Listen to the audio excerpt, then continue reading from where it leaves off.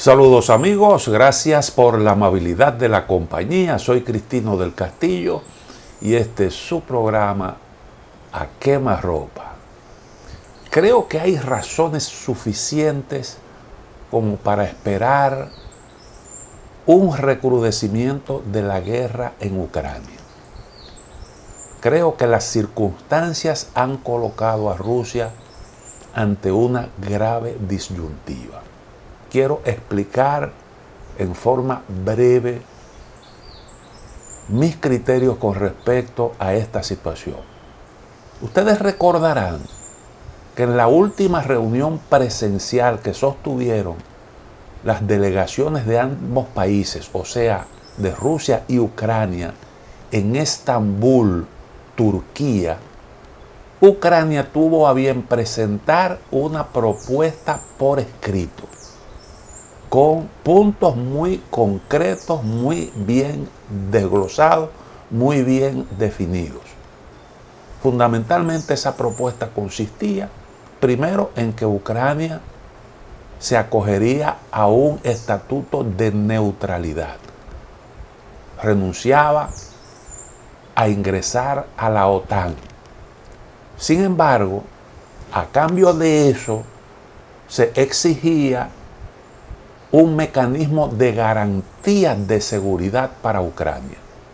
Y ese mecanismo de garantía incluía la conformación de un grupo responsable de garantizar esa seguridad. Y ahí estaban en esa lista los miembros del Consejo de Seguridad, más otros países que Ucrania mencionaba.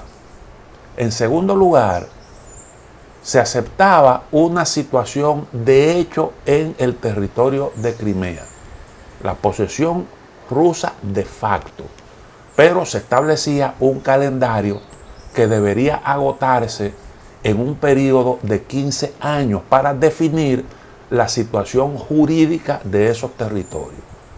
La parte del Donbass quedaba fuera de la propuesta y entonces se discutiría más adelante. Pero Ucrania con esa propuesta daba a demostrar un interés real por lograr la paz, porque le estaba dando respuesta a las principales exigencias de Rusia. Rusia incluso llegó a decir públicamente que era una propuesta constructiva y que en base a ella se podía trabajar para lograr la paz. Y entonces, frente a eso, hizo una concesión, que era, renunciaba a su permanencia, a su ocupación de una parte del territorio de Kiev, se retiraba de allí, del territorio de Kiev y de la ciudad de Chernígov. Desde el principio, ustedes recuerdan que la ofensiva rusa comenzó por distintos puntos, en el oeste, en el sur y en la parte norte. En la parte norte se incluía Kiev y se incluía también esa pequeña ciudad de unos 200 y tantos, casi 300.000 habitantes. Y allí tenían presencia cerca de Kiev y en la ciudad de Chernígov las tropas rusas que comenzaron a retirarse. Rusia anunció eso como una concesión, como un gesto de buena voluntad para lograr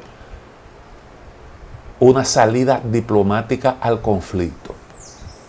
Sin embargo, aquí importante es destacar que un par de días antes de presentar su propuesta, Ucrania había tildado de cobarde a Occidente y de estar brindando una ayuda limitada y exigía mayor apoyo. Sobre todo exigía armamento más sofisticado, incluidos aviones y equipos pesados. Y la propuesta se puede entender como un mecanismo de presión para Occidente, porque evidentemente que Occidente no se sentiría conforme con una solución del conflicto mediante un arreglo como ese, porque implicaba que Rusia prácticamente obtenía mediante ese arreglo una respuesta a todas sus exigencias. Por tanto, equivaldría a una victoria por la vía diplomática. Y entonces, a partir de ahí, Occidente comenzó a hacer una colaboración mucho más efectiva. Y desde entonces no se ha vuelto a hablar más de esa propuesta. Kiev lo que ha planteado han sido nuevas exigencias que alejan, colocan en un punto muerto ese diálogo que generó tantas expectativas. Ahora, el apoyo más decidido de Occidente tiene una repercusión, porque resulta que Rusia en ese momento cambió su estrategia, decidió retirarse de esos territorios en la parte norte para centrarse en el sur, específicamente en la ciudad de Mariupol, que ya logró su control prácticamente total, y también en la región del Donbass.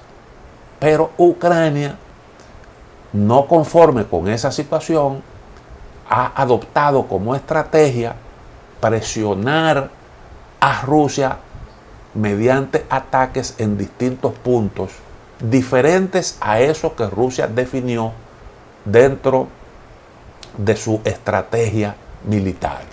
Me estoy refiriendo a un ataque a una aldea rusa con el apoyo de helicópteros y lo que en Ucrania se define como un operativo para hundir el buque insignia de Rusia que lleva el nombre de Moskva o Moscú.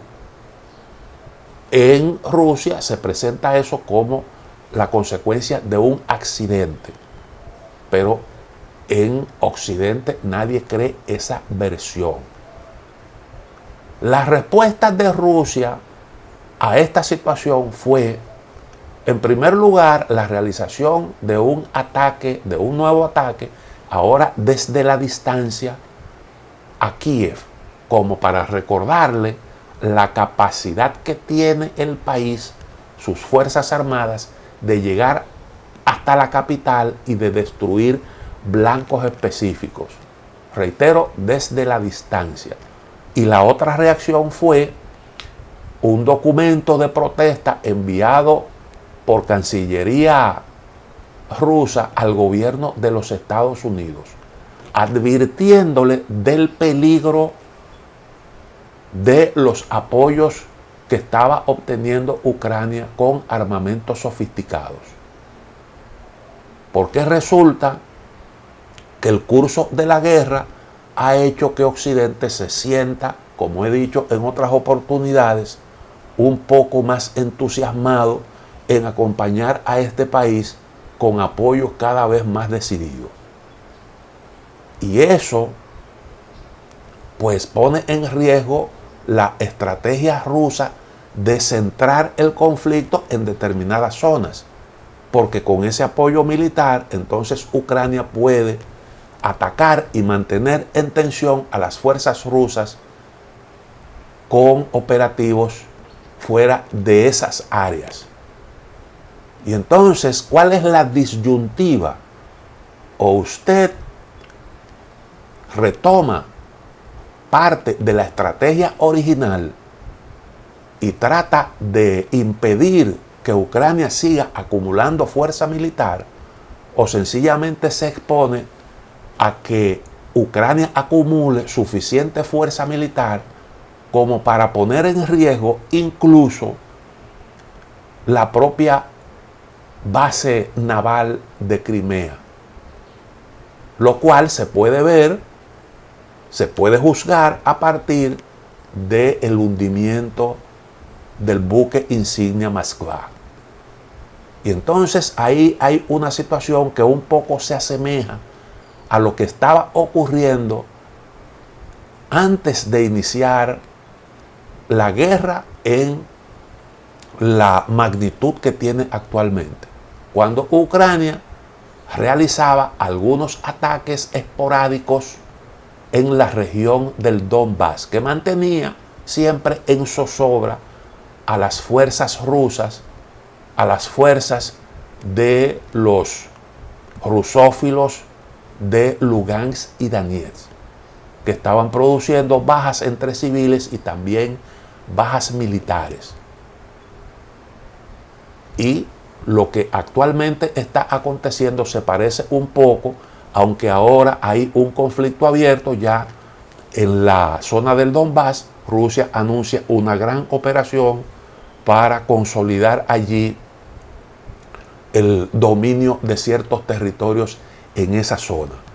Esto entiendo yo que plantea la posibilidad de un recrudecimiento de la guerra. Vamos a ver cómo responde Estados Unidos y aliados. Suponemos que, aunque se ha hablado de la posibilidad de que Estados Unidos está preparado para apoyar un eventual arreglo diplomático, eso lo que luce es simple y llanamente una pose diplomática. Lo que se puede esperar es que esta estrategia continuará. Y por tanto, entonces, lo que está ahora en veremos es cuál será la respuesta por parte de Rusia. Vamos a una pequeña pausa, en breve retornamos.